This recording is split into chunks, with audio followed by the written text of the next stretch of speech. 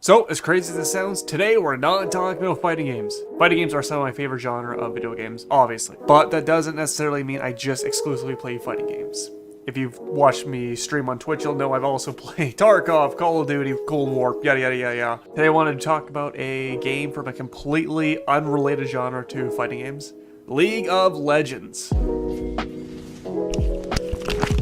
As insane as it sounds, I actually do like to play League of Legends. Even though I do cover Dragon Ball FighterZ and the Guilty Gear Strive beta, I still would like to cover other games.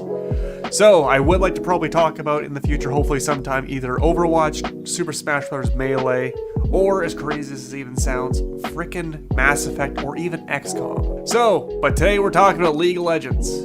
And what specifically are we talking about, League? Today we're talking about what Riot is planning for the current champion releases and the reworks they have planned. And just like always, I'm going to be very pessimistic. Away we go. So if you're not aware, currently right now, League of Legends has over 150 champions to choose from, with all having unique lore, some having lore that actually connects to other characters' lore, obviously. And for 2021 Season 11, Riot has said that they want to focus on the Shadow Isles, more specifically, the Ruined King Viego. A lot of the stuff regarding the champions this year is going to be focused on Viego. So right now, current champions they've released in 2021 so far has been Viego and Gwen. Now they have announced a couple other champions. Riot has never really done this before. This is the first time they've actually had an entire release style.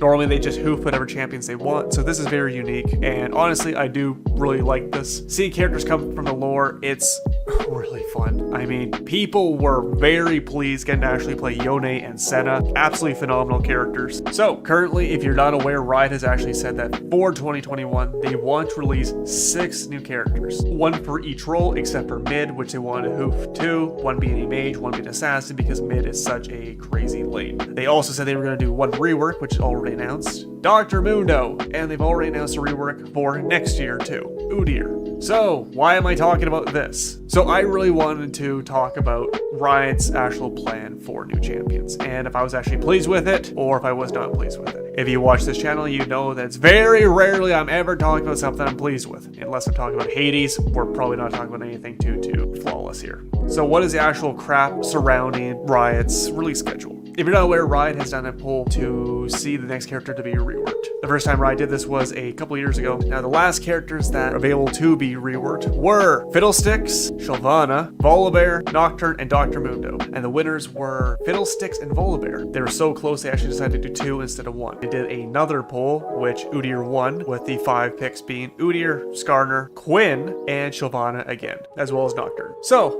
what's the major problem? Honestly, I do not really have a huge problem with Riot having an open poll for fans to decide. I think it's a very good idea. Normally times video game developers will have an idea what fans will want, and sometimes they completely miss the mark. Sometimes game developers do make mistakes when developing content the fans were not too pleased with. Riot's most recent, we'll say, mistake was, well, Seraphine's launch.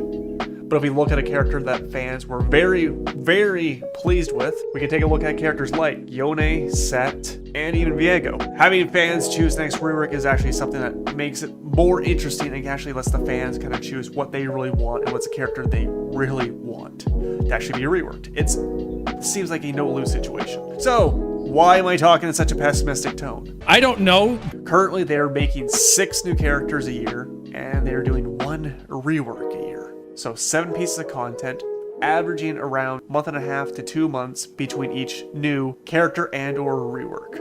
That's a lot of content for an entire year. If you are not aware, during 2020, they released not 6. Years ago, they did release even more than that, but they cut down significantly because there was issues with balancing. Even though the amount of characters they made last year is less than 6, they had a hell of a time making sure the game was balanced and even fun to actually play. Holy fuck. If you're not aware, Riot's balancing is fucking horrendous. It's some of the worst balancing in the entire industry. The thing is, when you have over 150 characters and you keep releasing new characters, and if there's a balancing problem with the new characters or it's so crazy, it just feels like they're just making more issues. When Riot keeps just making new characters and not actually updating or fixing the old characters, it's just making the game less fun to play. Also too, Riot has actually said that they prefer to make the new characters somewhat stronger, so they do get a higher play rate as soon as the characters actually put it in the game.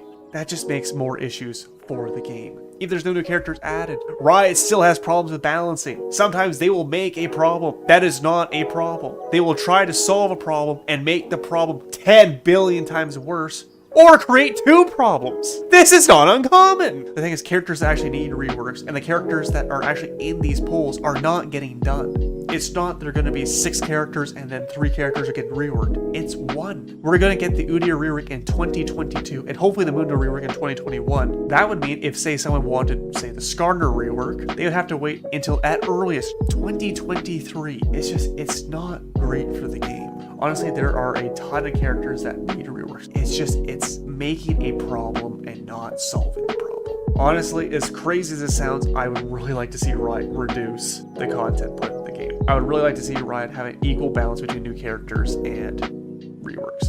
I like to have them still have, say, 6 pieces of content a year, but 3 be a rework and 3 be new characters. A new character or rework around every 2 months. That would be a very nice, sustainable way to make the game. Am I saying that's an easy fix? No, absolutely freaking not. There is 10 billion problems. Putting more reworks in the game would absolutely help League. But this is just my opinion. I'd like to hear your opinion in the comments down below. Yada, yada, yada. Also, question, comments, yada, yada, yada. Who would you like to see reworked? As crazy as it sounds, the characters I would really like to see reworked would be Callista and Sivir. Sivir just feels very outdated and just not fun to play. As for Callista, Callista's lore is very interesting. The issue with Callista is she is either busted off the face of the planet or she is completely redundant. And also I find her design is very monotone and just not interesting to look at, considering that she is such a fantastic character in the lore. It's just, I think she should have a great update. But anyways, that's the video. Anyways, thank you for watching. And just remember, Dream cheated.